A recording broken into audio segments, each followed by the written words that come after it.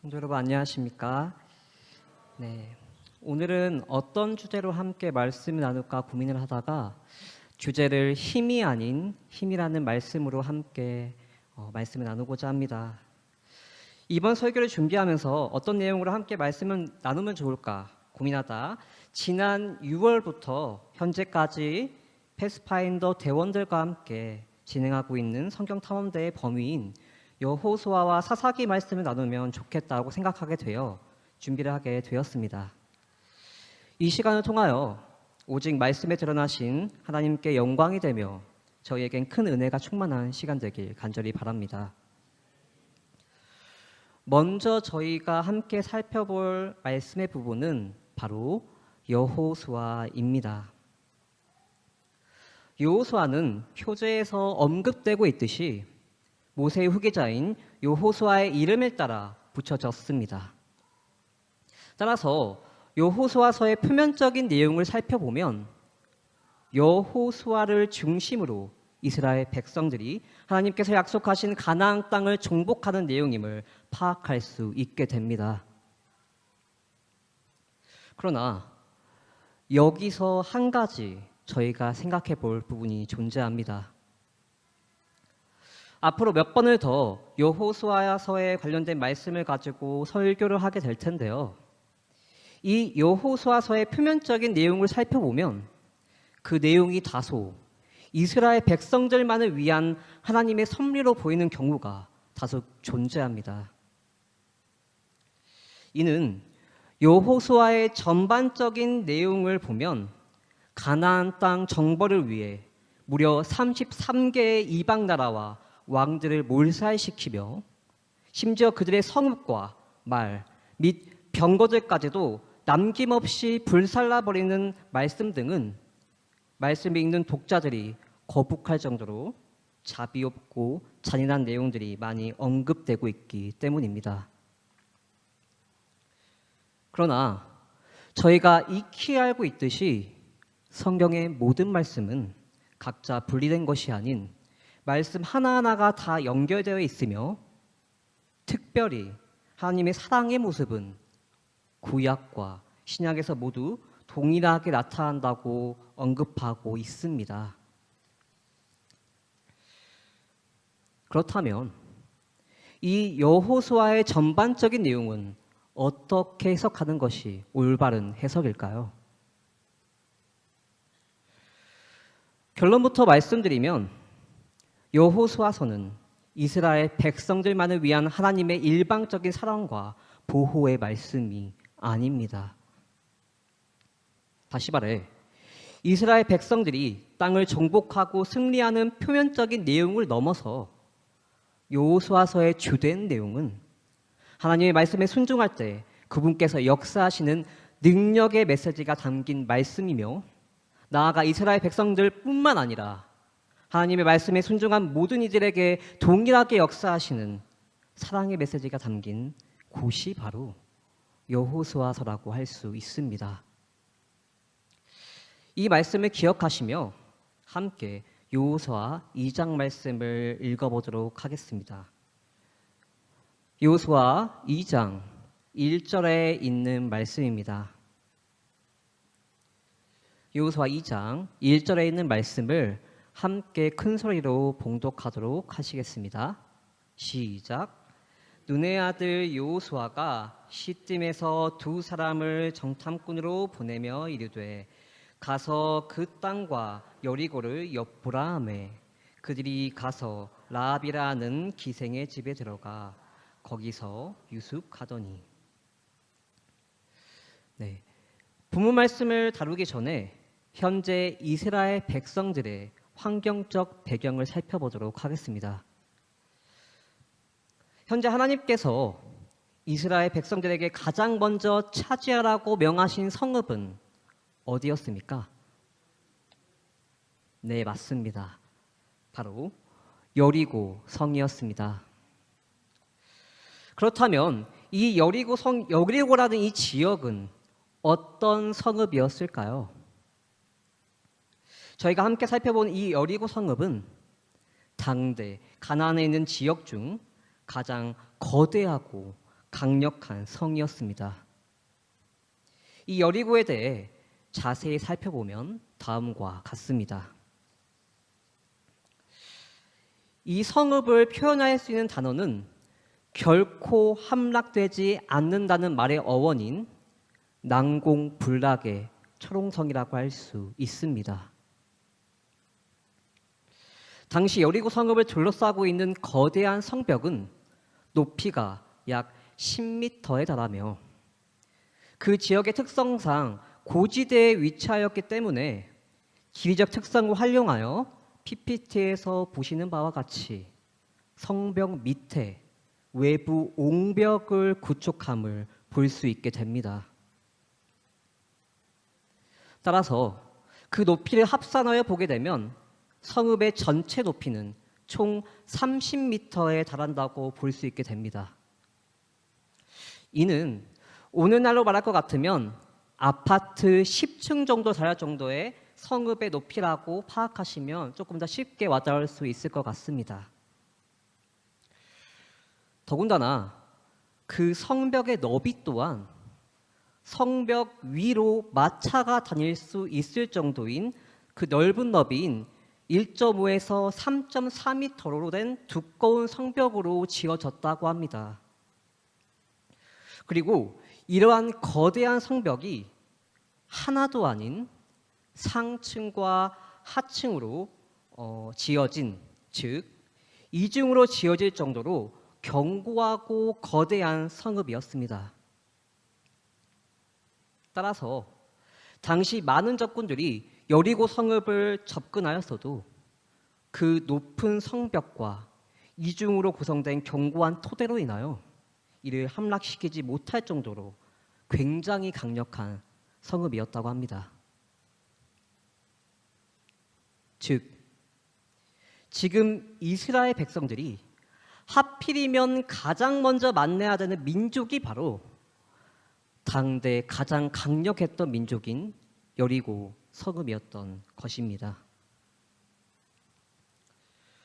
그렇다면 하나님께서는 이스라엘 백성들이 많은 민족 중 처음 마주하게 될 민족을 당대 가장 강력하고 힘이 강성했던 여리고 성읍으로 택하신 이유는 무엇이었을까요?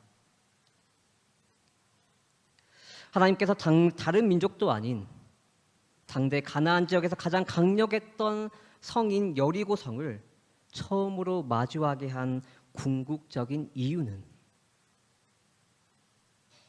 이 전쟁의 승패가 이스라엘의 손에 달린 것이 아닌 그들과 함께 하신 여호와 하나님의 손에 달렸다는 것을 그들에게 인식시켜주기 위함이었습니다. 이러한 교훈점은 바로 뒤에 이어져서 정복하는 아이성 전투를 통해 파악할 수 있게 됩니다. 여리고 성과는 비교가 되지 않을 정도로 정말 작은 성읍이었던 아이성이었음에도 불구하고 이스라엘 백성들이 스스로 이길 수 있다는 인간적인 안일한 생각과 하나님의 말씀을 거역하고 진중에 자신의 탐욕을 숨긴 아간의 죄로 인하여 아이성의 전투는 처참하게 패하게 됩니다.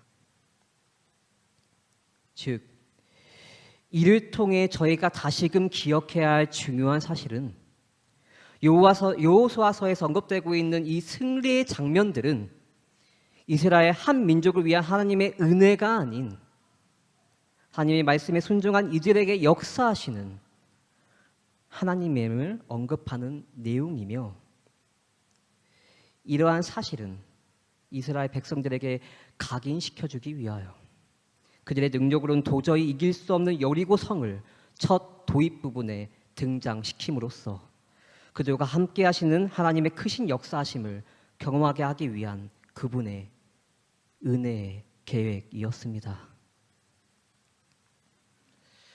하나님께서는 그분을 신뢰하는 자들을 위하여 큰 일을 행하실 것입니다.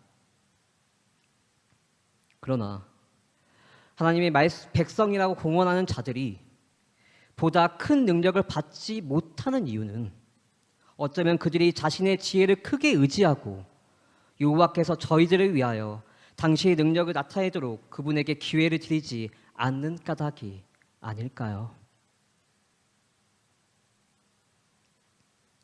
오늘 이 말씀을 통해 저의 신앙적 상태를 돌아보며 하나님을 향한 믿음의 낯을 내림으로써 그분의 역사하시는 승리의 노래를 경험하시는 서중앙교회 성도님들 되길 간절히 바랍니다. 그리고 오늘 서두에 읽었던 1절 말씀 중 저희가 또다시 주목해서 보아야 할 한 인물이 존재합니다. 누구일 것 같으십니까? 오, 맞습니다. 바로 기생 라합입니다.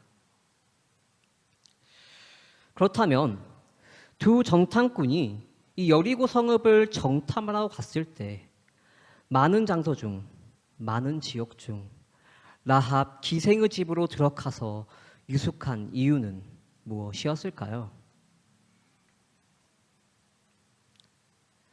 본문 말씀에서 언급되고 있는 이 기생의 의미를 파악하면 이를 파악할 수 있게 됩니다. 저희가 사전에 알고 있는 이 기생은 잔치나 술자리의 춤이나 노래로 흥을 돋는 직업을 의미합니다. 그러나 여기서 언급되고 있는 기생은 다양한 사람들이 모여 사담을 나누는 장소인 주막이라고 생각하는 것이 좋을 것 같습니다. 따라서 당대 많은 이들이 대화를 오고 가는 장소였기 때문에 가나안 거민의 민심이나 정치, 군사적 동태를 쉽게 파악할 수 있는 적절한 장소라고 할 수 있게 됩니다. 뿐만 아니라 기생 라합의 집은 본문 말씀 15절을 통해 알 수 있듯이 성벽 위에 위치하고 있었기 때문에 여리고 성의 먼 곳까지 조망하기에 매우 용이하였습니다. 때문에 두 정탐꾼은 이러한 특성을 고려하여 기생 라합 집에 머물게 된 가능성이 높다고 할 수 있습니다.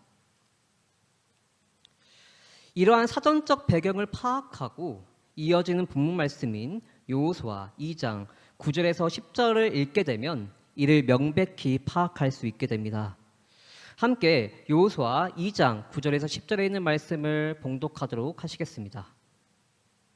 시작. 여호와께서 이 땅을 너희에게 주신 줄을 내가 아노라. 우리가 너희를 심히 두려워하고 이 땅 주민이 다 너희 앞에서 간담이 녹나니 이는 너희가 애굽에서 나올 때 여호와께서 너희 앞에 홍해 불을 가르하신 일과 너희가 요단 저쪽에 있는 마무리 사람 두 왕 시온과 옥에게 행한 일을 곧 그들을 전멸시킨 일을 우리가 들었음이니라. 네. 우리가 본문 말씀을 통해 읽어서 알 수 있듯이 이방 민족이었던 라합 여인이 과거 이스라엘 백성이 홍해를 마르게 하고 요단 동쪽에 위치한 두 왕을 정멸시킨 행적에 대하여 명확히 언급할 수 있었던 이유는 그녀가 머물고 있었던 기생의 집이 다양한 사람들이 모여 여러 가지 사담을 나누는 장소였기 때문에 이러한 고백을 할 수 있었다, 이해할 수 있게 됩니다. 그런데 저희가 방금 읽은 여호수아 2장 9절에서 10절 말씀 속에 또다시 주목해서 보아야 할 부분이 있습니다. 무엇일까요? 네. 많은 사람들은 그녀의 고백 속에 드러난 이스라엘 백성들의 놀라운 행적들에만 주목하곤 합니다.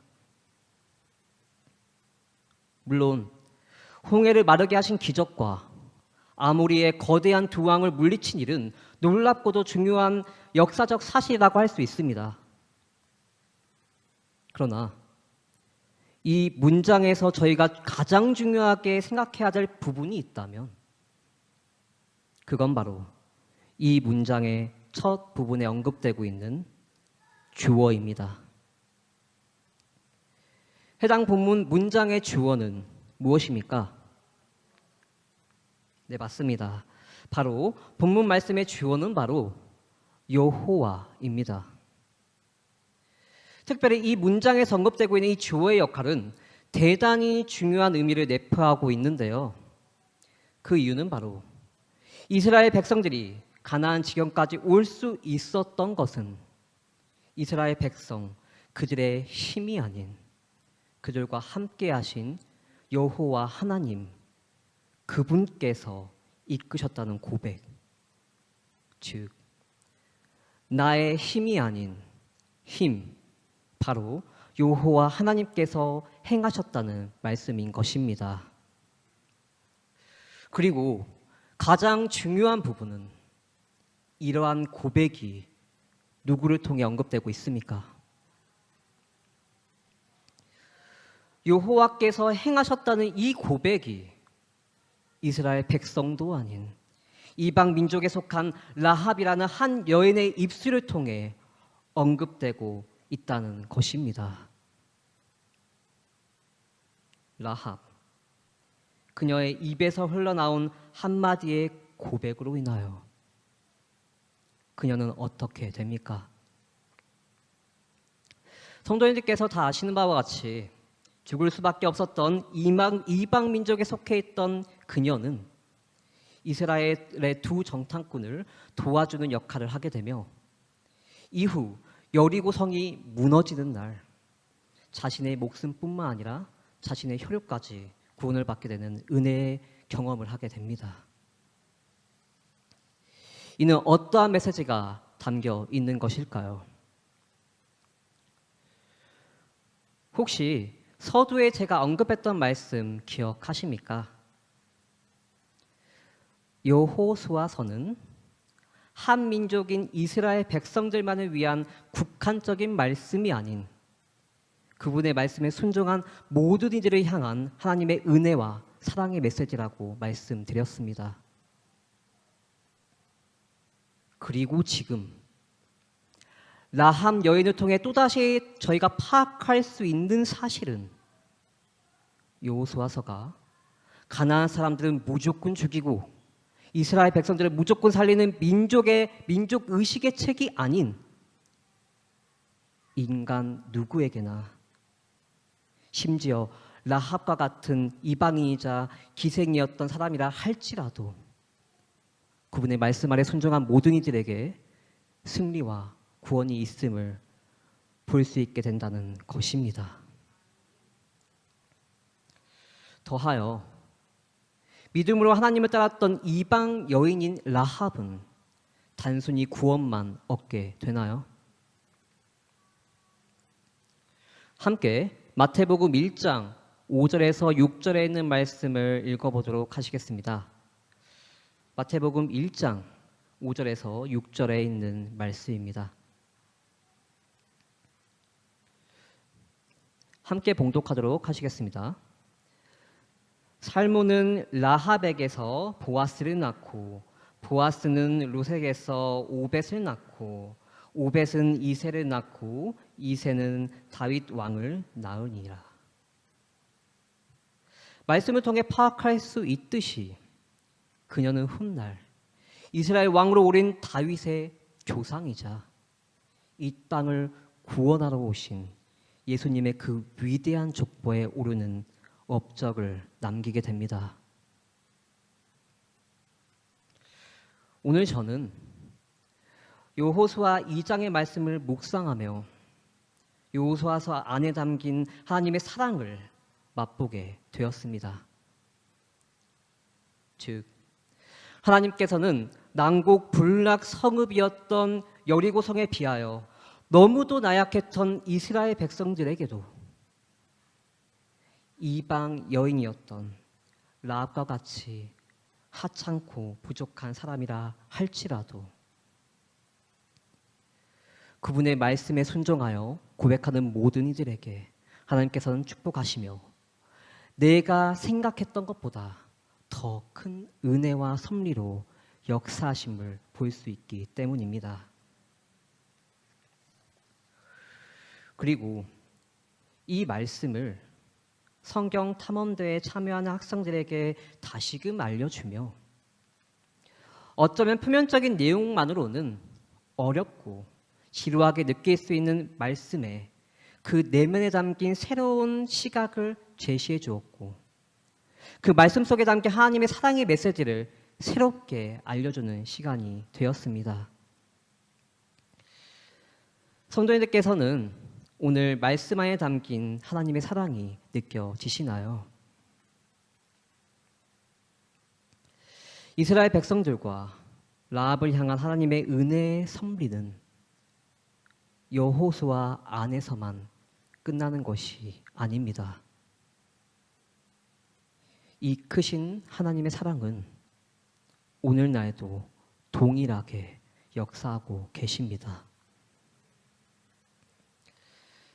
나의 기도하는 것보다, 나의 생각하는 것보다 더 크게 역사하시는 하나님의 사랑, 그 사랑을 경험하시는 서중광교회 모든 성도님들 되시길 간절히 바라며 말씀을 마치도록 하겠습니다. 말씀을 마치며 오늘 함께 기도회를 가지고자 합니다. 기도회의 주제는 다음과 같습니다. 첫 번째는 전도회를 위해 기도해 주시길 바라고요. 두 번째는 또 오시는 목사님인 강사 목사님을 위하여, 세 번째로는 기도할 대상자를 주시기 위한 기도를 구하시기 바랍니다. 그리고 네 번째는 우리 단톡이나 지금까지 기도회에 올라왔던 구도자들을 위하여 기도해 주시기 바라고, 다섯 번째는 잃은 양을 위하여 기도해 주시고, 여섯 번째는 장기 결석자들을 위하여 기도해 주시기 바랍니다. 오늘은 노래가 끝날 때까지 개인적으로 기도하는 시간을 갖겠습니다. 각자 있는 곳에서 무릎을 꿇고 하나님과 개인적으로 만나는 시간 되시길 간절히 바랍니다. 기도하겠습니다.